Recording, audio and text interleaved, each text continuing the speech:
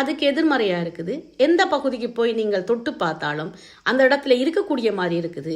காரணம், அந்த கற்கள் அந்த வெயில உறிஞ்சி எடுத்துட்டு குளிர்மையை திரும்பி கொடுக்குது.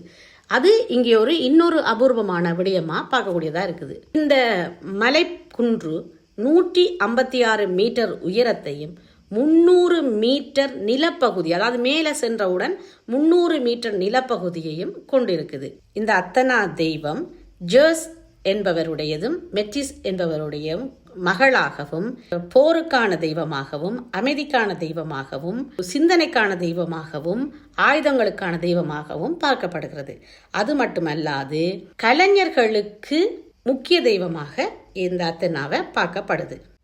நான் உங்களுக்கு முன்னமே கூறியது போல தமிழ் தெய்வங்கள் அல்லது சைவ தெய்வங்கள் அல்லது இந்து தெய்வங்கள்ல போருக்கான வீரத்துக்கான தெய்வமாக கொற்றவையை, காளியை, துர்க்கையை பார்ப்பது